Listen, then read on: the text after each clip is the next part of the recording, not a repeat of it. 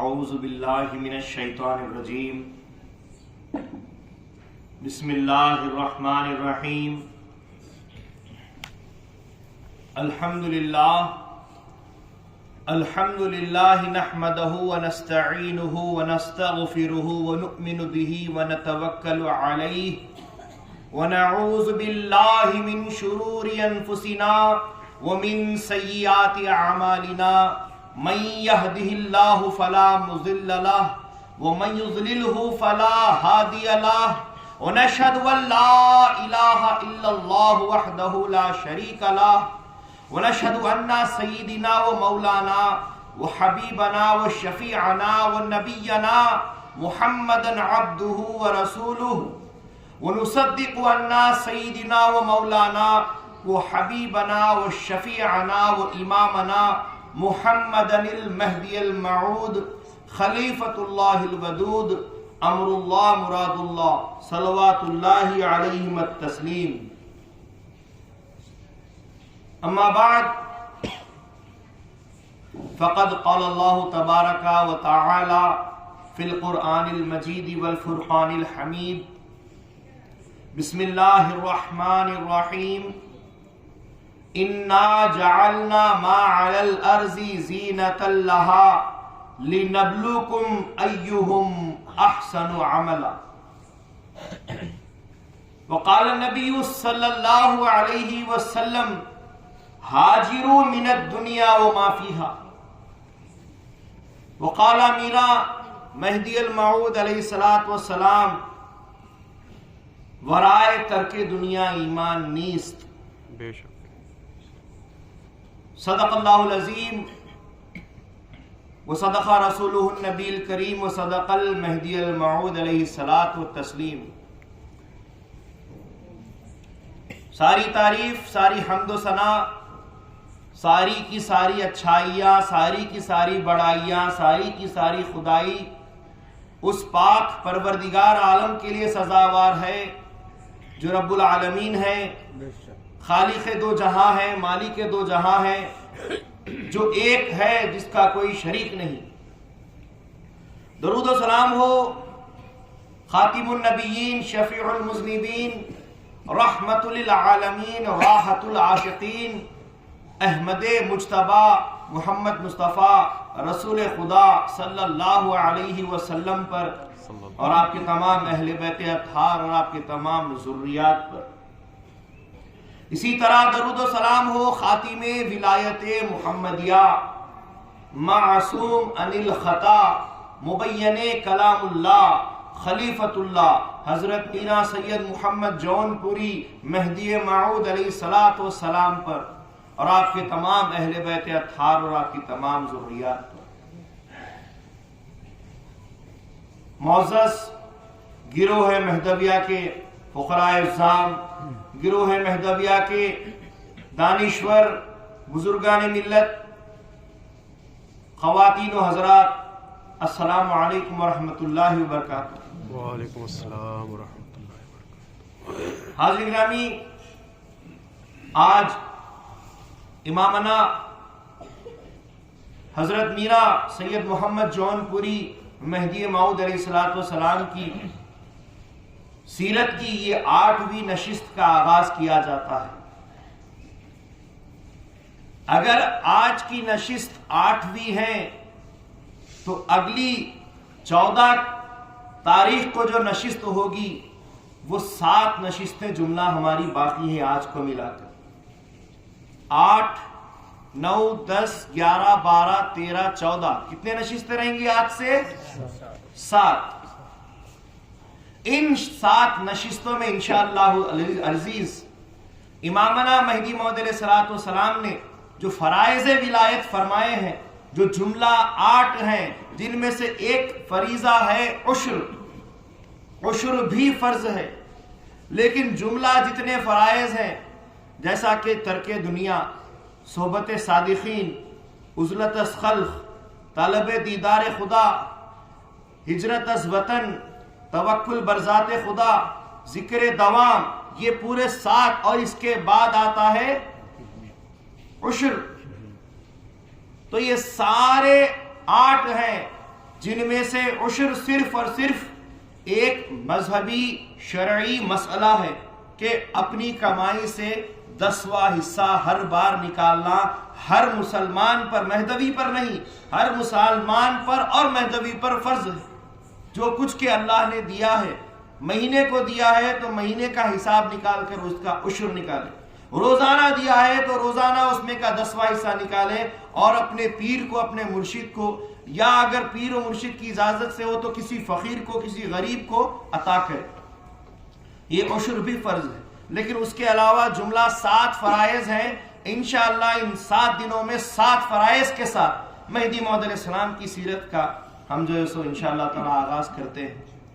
تو آج کی نشست ترک دنیا کے اوپر سے مہدی موعود علیہ السلام کی سیرت کا ہم آغاز کر رہے ہیں۔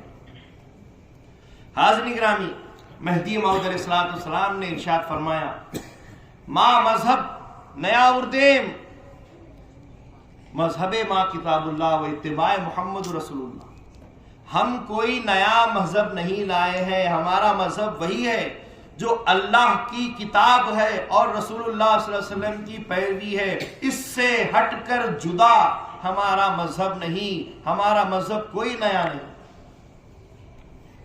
7 فرائض ولایت کو ہم قرآن سے، حدیث سے اور پھر مہدی موعود علیہ السلام کی سیرت سے ہم پیش کر کے حاصل کریں۔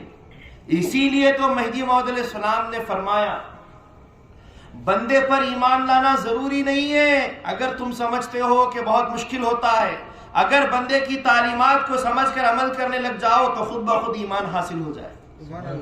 تم پر جبر نہیں ہے، زبردستی نہیں ہے کہ مہدی کو مانو، لیکن تعلیمات مہدی موعود علیہ السلام اسلام سے جدا نہیں ہے۔ اسی بنا پر تعلیمات کو تسلیم کرو، تعلیمات کو سیکھ لو، اور تعلیمات کو جب تم سیکھ لو گے تو انشاءاللہ العزیز ایمان نصیب ہو ہی جائے گا۔ تو پہلی تعلیم کا آغاز کرتے ہیں جس کا نام ہے ترک دنیا۔ ترک دنیا کا مفہوم یہ ہے، کا مطلب یہ ہے ترک حب دنیا، دنیا کی محبت کو چھوڑنا۔ دنیا کو نہیں چھوڑنا، دنیا کو چھوڑا تو مر جانے کو کہتے ہیں دنیا چھوڑنا۔ موتو قبل ان تموتو، پیارے نبی صلی اللہ علیہ وسلم فرماتے ہیں مرنے سے پہلے مر جاؤ، دنیا کی محبت کو چھوڑ ڈالو، اسی کو کہتے ہیں ترک دنیا کرنا۔ امام علیہ مہدی موعود السلام نے اسی پر فرمایا، برائے ترک دنیا ایمان نیست، ترک دنیا کے بغیر ایمان نہیں ملتا۔ صحابہ اکرام نے پوچھا ایمان کس کو کہتے ہیں؟ موعود علیہ السلام نے فرمایا ایمان ذات خدا است، ایمان اللہ کی ذات ہے۔ اللہ کی ذات اسی وقت ملے گی جبکہ تم سب کچھ اللہ کی ذات پر سے چھوڑ ڈالو، سبحان اللہ، دنیا کو چھوڑ ڈالو، یہاں تک کہ خود اپنی ذات کو چھوڑ ڈالو۔ فنا فی اللہ ہونے کے لیے پہلے فنا ہونا پڑے، نیست ہونا پڑے۔ یہ جو تم ہست کا مقام رکھتے ہو، تمہارا وجود جو تم باقی رکھتے ہو، خدا اور بندے میں جو دوئی باقی رہتی ہے، وہ دوئی کے مٹنے کا نام ہی ترک دنیا ہے۔ تو یہ ترک دنیا کا معاملہ قرآن میں اللہ تعالیٰ نے ارشاد فرمایا، اِنَّا جَعَلْنَا مَا عَلَى الْأَرْضِ زِينَةً لَهَا، سورہ کہف کی آیت ہے۔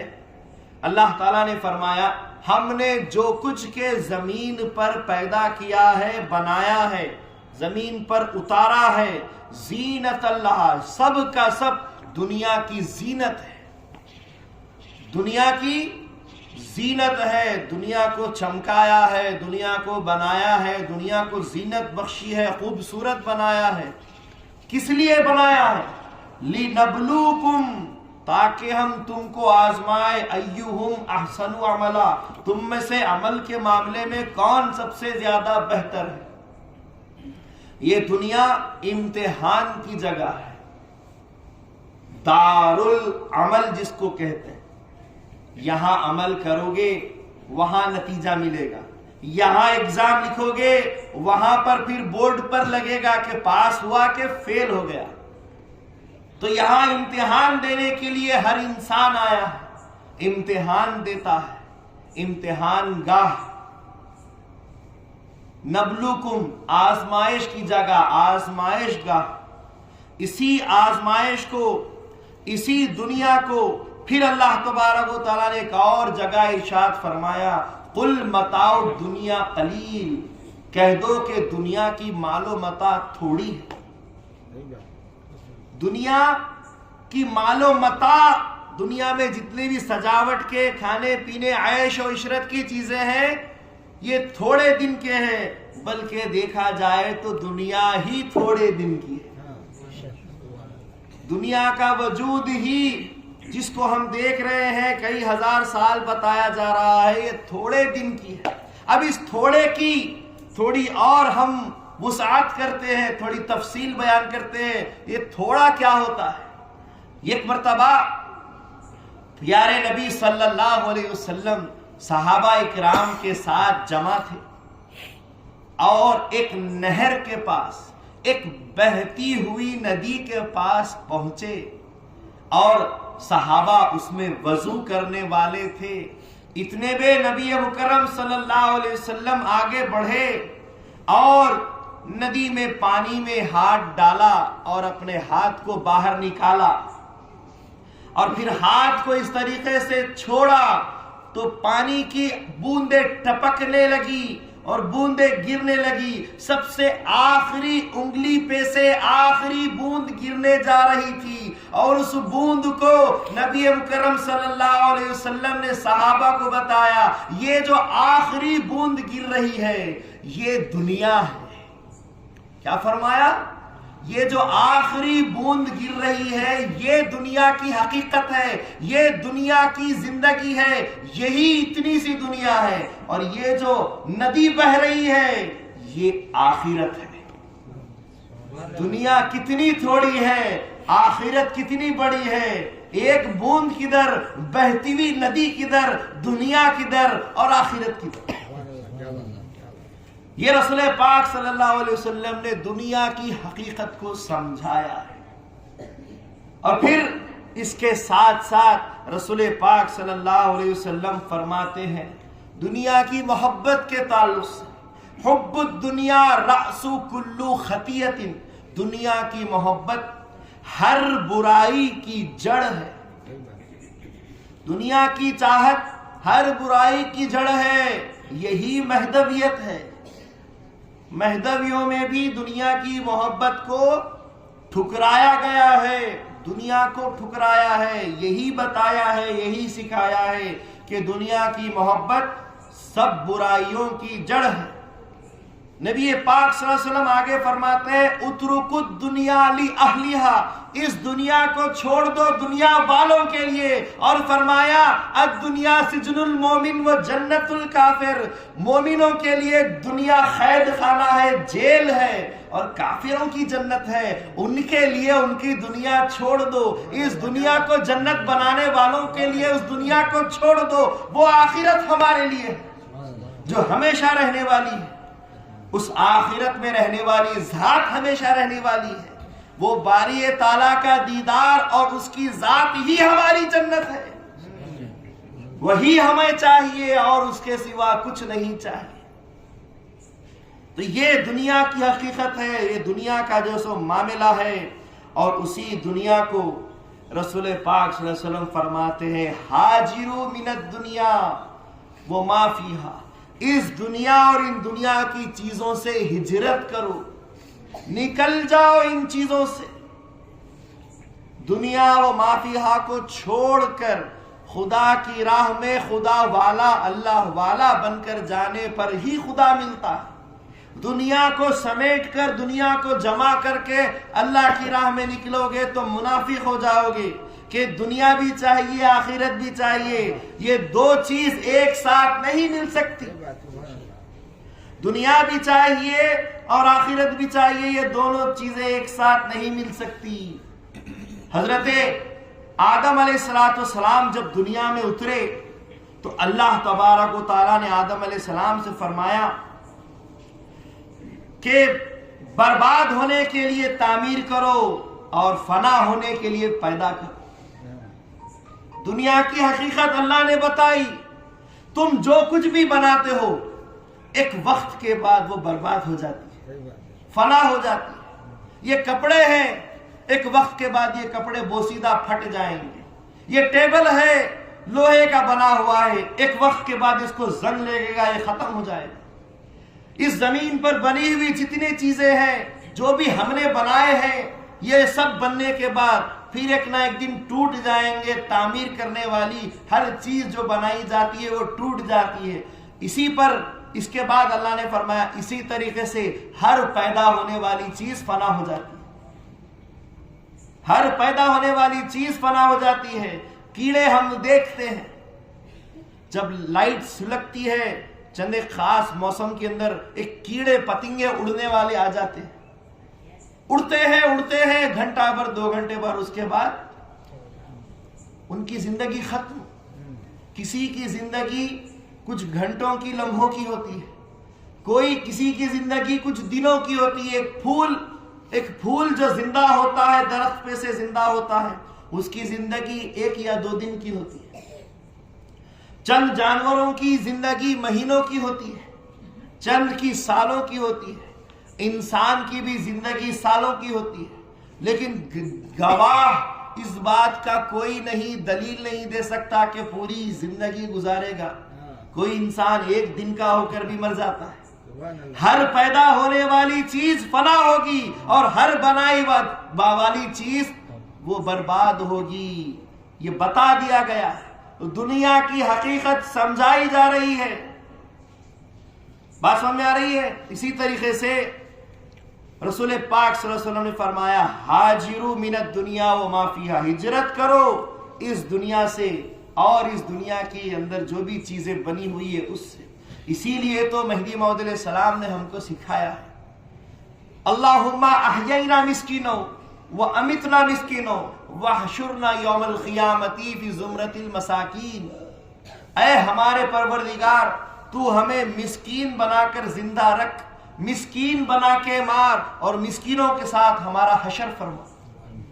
دنیا کا امیر, دنیا کا کبیر, دنیا والا, حرص اور طمع کرنے والا دنیا والا کا نہیں, مسکین جو دنیا کو چھوڑ کر خدا والا بنتا ہے وہ بنا کر زندہ رکھ, وہی بنا کے مار, اور انہی میں ہمارا جو تو شمار فرما. اسی کو ترک دنیا کہتے ہیں. بے شک. ایک مرتبہ رسول خدا صلی اللہ علیہ وسلم اور ان کے ساتھ صحابہ کہیں سے جا رہے تھے. راستے میں ایک مری ہوئی مردہ بکری نظر آئی. رسول پاک صلی اللہ علیہ وسلم نے فرمایا اس بکری کو اگر بیچا جائے کوئی خریدے گا؟ رسول پاک صلی اللہ علیہ وسلم سے صحابہ نے عرض کی یا رسول اللہ یہ تو مردہ ہو گئی ہے, مردہ چیز کی کیا قیمت لگائی جا سکتی ہے؟ اور دیکھا گیا تو اس کو پھر کتے بھی نوچ رہے تھے, کتے پھاڑ رہے تھے. صحابہ نے کہا کہ اس کی جلد, اس کی کھال بھی شاید کام آ جاتی, لیکن اب کتوں نے اس کو پھاڑ دیا ہے.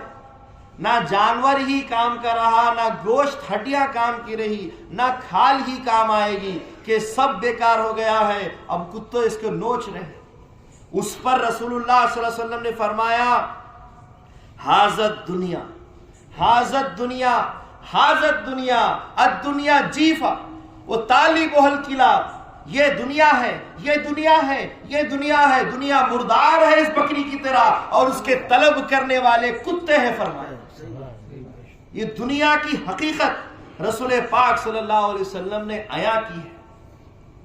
اسی طریقے سے ایک مرتبہ صحابہ کے ساتھ رسول اللہ علیہ وسلم جا رہے تھے ایک کوڑے کے پاس, جس کو ہم کچرے کا ڈھیر کہتے ہیں. اس کچرے کے ڈھیر کے پاس حضور گئے. رسول اللہ صلی اللہ علیہ وسلم جلال میں تھے, آگے بڑھے اور کچرے میں سے ایک بوسیدہ پھٹا ہوا کپڑا نکالا اور ایک ہڈی نکالی, اور نکال کر فرمایا جانتے ہو اس کی حقیقت کیا ہے, اس کی قیمت کیا ہے؟ تو بولے یا رسول اللہ تو کوڑے میں پڑی ہوئی چیز ہے. تو بولے کوڑے میں پڑی ہوئی چیز یہ دنیا ہے. فرمایا اور بولے اس کی کوئی قیمت نہیں ہے. اگر اس کی قیمت ہو جاتی تو اللہ تبارک و تعالیٰ کسی کافر کو یہ چیزیں تو کیا دنیا کی ایک بوند پانی بھی نہیں دیتا. مچھر کے برابر بھی اگر اللہ کے پاس دنیا کی قیمت ہوتی تو اللہ تعالیٰ دنیا کی کوئی بھی چیز تو کیا ایک قطرہ پانی بھی کافروں کو نصیب نہیں کرتا، دے دیا ہے اسی لیے کہ یہی ان کی دنیا ہے، یہی ان کی آخرت ہے، یہی ان کی جنت ہے، یہی ان کی دوزخ ہے۔ لیکن مسلمانوں کے لیے، ایمان والوں کے لیے یہ صرف اور صرف امتحان کی جگہ ہے۔ حقیقت ہماری آخرت ہے، حقیقت ہماری جو سو وہ دنیا ہے جس کا اللہ نے وعدہ کیا ہے کہ وہاں پر اجر ملے گا۔ تو یہ حقیقت ہے دنیا کی۔ حضرت سلیمان علیہ السلام، حضرت سلیمان علیہ السلام کو ایک عابد ملا، ایک عبادت کرنے والا۔ اس عابد نے کہا، اے ابن ابو داؤد، اے داؤد علیہ السلام کے بیٹے، تم کو تو وراثت میں اپنے والد، اپنے نبی کی طرف سے اتنی بڑی سلطنت مل گئی، کیا ہی عظیم سلطنت تم کو مل گئی ہے، کتنا تم خوش رہتے ہو۔ حضرت سلیمان علیہ السلام نے پلٹ کر جواب دیا، اے عابد، عبادت کرنے والے، جان لے کہ اگر ذکر کی ایک تسبیح سامنے رکھی دی جائے اور یہ میری ساری سلطنت رکھ دی جائے، یہ سلطنت ختم ہو جائے گی اور باقی صرف یہ ذکر رہنے والا ہے۔ نبیوں نے پیغام دیا ہے، ولیوں نے اس چیز کو سکھایا، سمجھایا ہے، رسول اللہ صلی اللہ علیہ وسلم نے ہم تک یہ پہنچایا ہے۔ فرمایا رسول پاک صلی اللہ علیہ وسلم نے دنیا کی حقیقت کو کہ دنیا اس کا گھر ہے جس کے لیے کوئی گھر نہیں، دنیا اس کا گھر ہے جس کے لیے کوئی گھر نہیں، دنیا اس کا مال ہے جس کے لیے کوئی مال نہیں، اس دنیا کو وہی جمع کرتا ہے جس کے سر میں عقل نہیں، دنیا کے لیے وہی جھگڑتا ہے جس کے پاس علم نہیں، دنیا کے لیے وہی محنت کرتا ہے جس کو خدا پر یقین نہیں۔ یہ دنیا کی حقیقت ہے۔ اور اسی دنیا کو پھر رسول پاک صلی اللہ علیہ وسلم اور فرماتے ہیں کہ مومن دو چیزوں کے لیے ہمیشہ ڈرتا رہتا ہے۔ ایک زندگی جو گزار لیا ہے، کیا زندگی گزارا، اس پر ڈرتا ہے۔ ایک زندگی جو آگے گزارنے والا ہے، مستقبل، اس پر ڈرتا ہے کہ کیسے گزاروں گا۔ اور اسی دو زندگیوں کے عمر گزر گئی، عمر باقی ہے، اس پہ سے رسول پاک صلی اللہ علیہ وسلم فرماتے ہیں کہ دنیا سے آخرت کے لیے نکل جا، دنیا سے آخرت کے لیے نکل جا، اس زندگی سے موت کے لیے نکل جا، اس جوانی سے بڑھاپے کے لیے نکل جا، صرف اور صرف خدا کے لیے زاد راہ تیار کر، اور کچھ نہیں چاہیے۔ یہ دنیا کی حقیقت ہے، یہ دنیا کا جو مقام و مرتبہ ہے۔ حاضرین گرامی، ایک مرتبہ عیسیٰ علیہ السلام ایک زبردست طوفان میں پھنس گئے۔ عیسیٰ علیہ نبینا وہ شخصیت ہے، وہ ذات ہے، وہ نبی ہے جنہوں نے اپنی زندگی میں ایک جھونپڑا تک نہیں بنایا۔ حضرت عیسیٰ علیہ السلام کی ساری زندگی تاریک الدنیا کی زندگی رہی، ترک دنیا میں گزری۔ ایسے ہی ایک مرتبہ زبردست طوفان آ گیا، زوردار برسات، اور اس زوردار برسات میں حضرت عیسیٰ علیہ السلام کو ایک جھونپڑا نظر آیا۔ عیسیٰ علیہ السلام جیسے ہی اس جھونپڑے میں گئے، ایک نہایت ہی خوبصورت خاتون عورت وہاں پر کھڑی تھی، بہت ہی زیادہ خوبصورت۔ عیسیٰ علیہ السلام کو اس تنہا عورت کو دیکھ کر خدا یاد آ گیا، فوراً اس جھونپڑے سے نکل گئے۔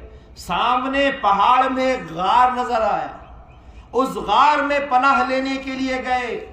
غار میں ایک بہت بڑا شیر بیٹھا ہوا ہے۔ اگر کوئی انسان ہو جس کو موت اور ایسی زندگی میں سے چننا ہو تو وہ کیا چنے گا؟ عام انسان، گناہگار انسان اگر ہوگا تو وہ اس عورت کے پاس چلا جائے، لیکن حضرت عیسیٰ علیہ السلام بھی بشری کیفیت میں تو تھے، انسانی شکل میں اور نمونے میں ہی پیدا کیے گئے تھے، ابن مریم تھے۔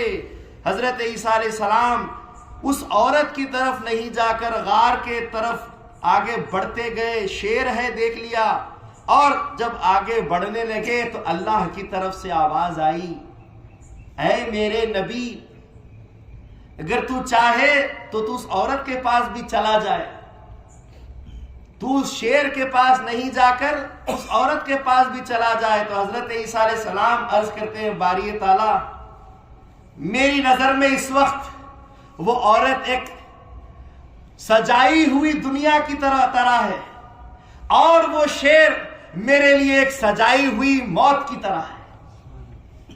اگر میں اس عورت کے پاس جاؤں تو مجھے وہ حسن تو مل جائے گا، لیکن میں نے جو بھی کمایا ہے وہ سب برباد ہو جائے گا، اور اگر اس شیر کے پاس چلا جاؤں تو وہ شیر مجھے کھا جائے گا، لیکن میں خونی موت مر کر تیرے پاس آ جاؤں گا، مجھے وہ موت قبول ہے اس زندگی سے۔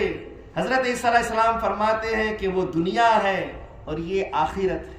حضرت عیسیٰ علیہ السلام غار میں چلے جاتے ہیں، وہ شیر غرانے لگتا ہے، اور عیسیٰ علیہ نبی نے آگے بڑھ کر جیسے ہی اس شیر کی پیٹھ پر ہاتھ رکھتے ہیں، وہ شیر سر جھکا کے آپ کے سامنے غلام کی طرح بیٹھ جاتا ہے۔ جو اللہ والے ہوتے ہیں، اللہ کی ہر مخلوق اسے پہچانتی ہے۔ بے شک بے شک۔ اللہ تعالیٰ نے آزمایا عیسیٰ علیہ السلام کو اور بتایا کہ نبی بھی ہیں، لیکن اپنے لیے اچھی سے اچھی چیز چنتے ہیں، خراب چیز نہیں چنتے۔ یہ مقام ہے اللہ والوں کا، یہ مقام ہے ترک دنیا کرنے والوں کا، یہ مقام ہے دنیا کو ٹھکرانے والوں کا۔ تو حاضرین گرامی، اسی طریقے سے نبی مکرم صلی اللہ علیہ وسلم کی ایک اور آخری حدیث پیش کرتے ہوئے ہم ولایت کی دور کی طرف آ جاتے ہیں۔ رسول پاک صلی اللہ علیہ وسلم ایک مرتبہ حضرت زید بن ارقم رضی اللہ تعالیٰ عنہ روایت کر رہے ہیں کہ حضرت ابو بکر صدیق رضی اللہ تعالیٰ عنہ نے صحابہ کے درمیان کوئی پینے کی چیز منگائی، تو صحابہ میں سے، لوگوں میں سے پینے کی چیز پیش کی گئی، شہد بھی اور پانی بھی۔ اندازہ لگائیے، شہد بھی پینے کی چیز ہے، پانی بھی پینے کی چیز ہے، ایک روایت میں آتا ہے دودھ بھی۔ پینے کی چیزوں میں یہ ساری چیزیں جیسے ہی پیش کی گئیں، حضرت ابو بکر صدیق رضی اللہ تعالیٰ عنہ رونا شروع کر دیتے ہیں، روتے جاتے ہیں۔ حضرت کو، امیر المومنین کو روتا ہوا دیکھ کر دوسرے صحابہ بھی رونا شروع کر دیتے ہیں۔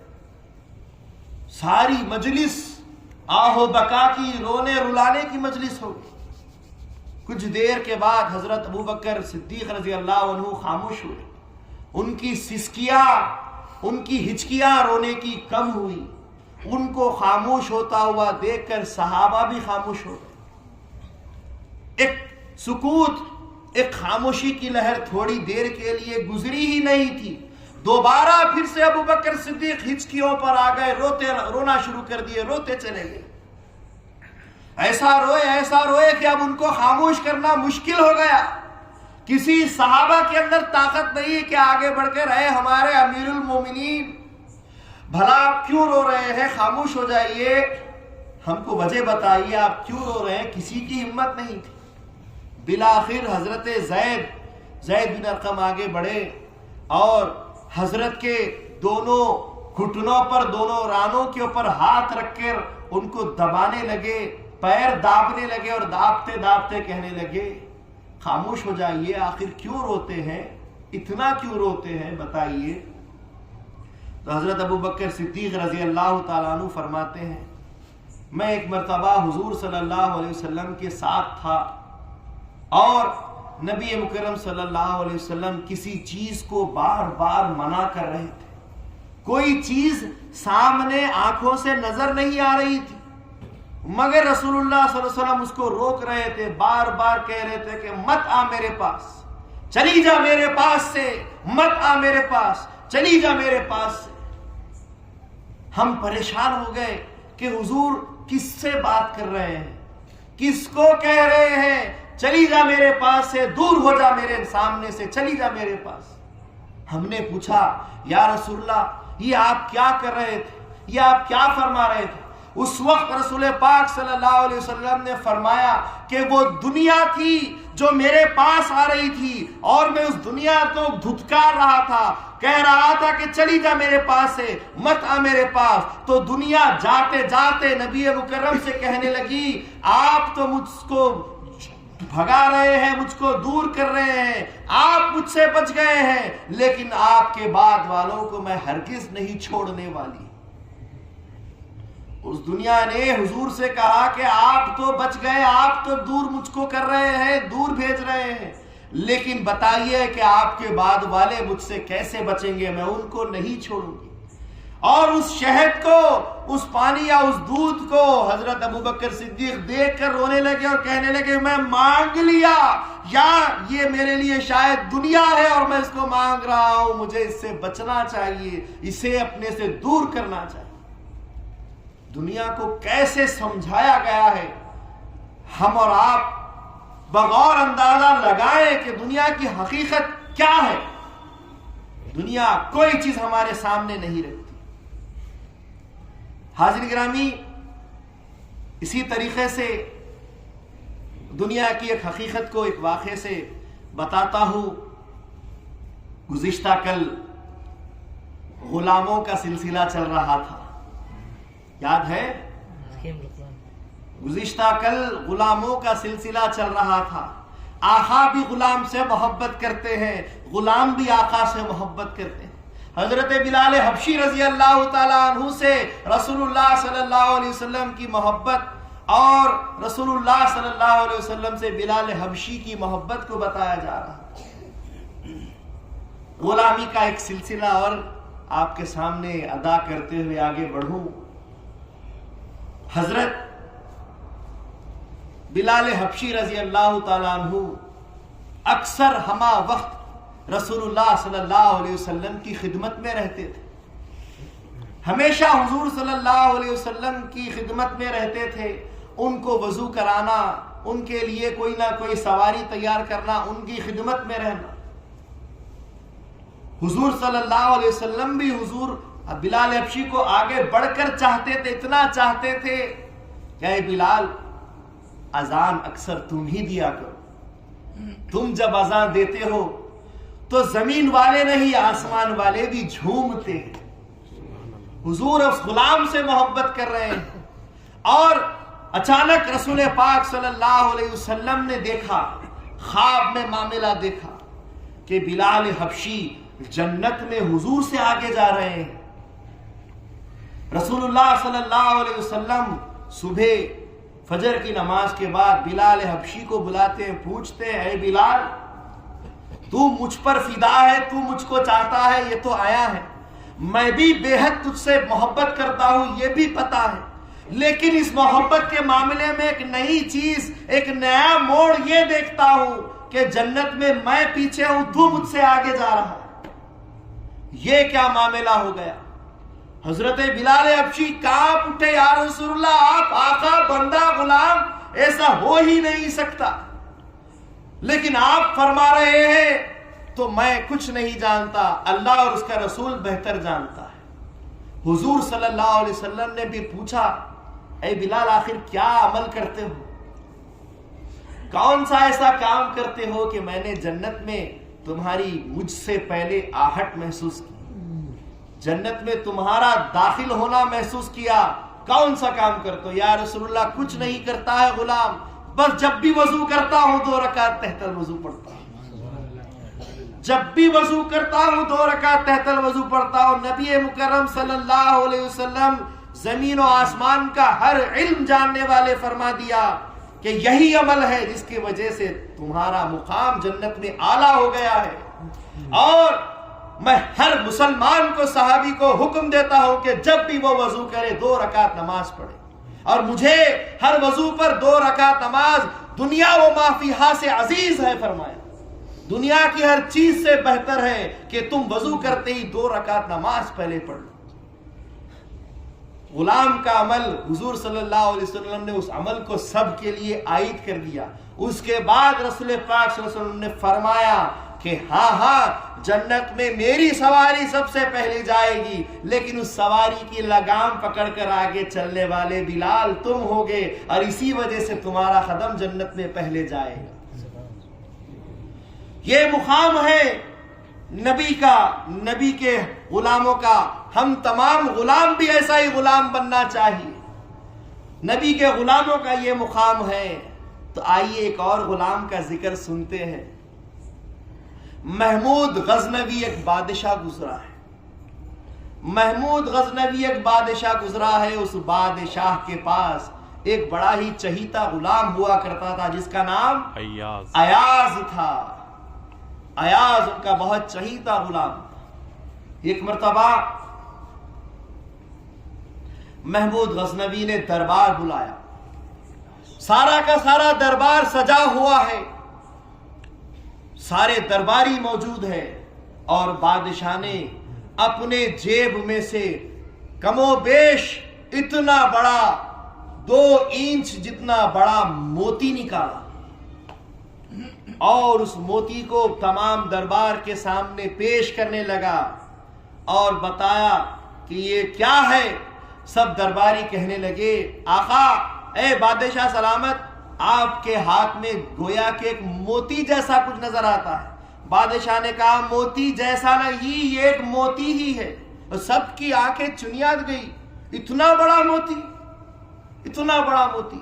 پھر بادشاہ نے اپنے نزدیک بیٹھنے والے وزیر سے پوچھا، اے میرے عزیز وزیر، بتا اس موتی کی قیمت کیا ہو سکتی ہے؟ وزیر نے کہا، مجھے ایسا لگتا ہے 1 من سونا اس کی قیمت ہو سکتی ہے۔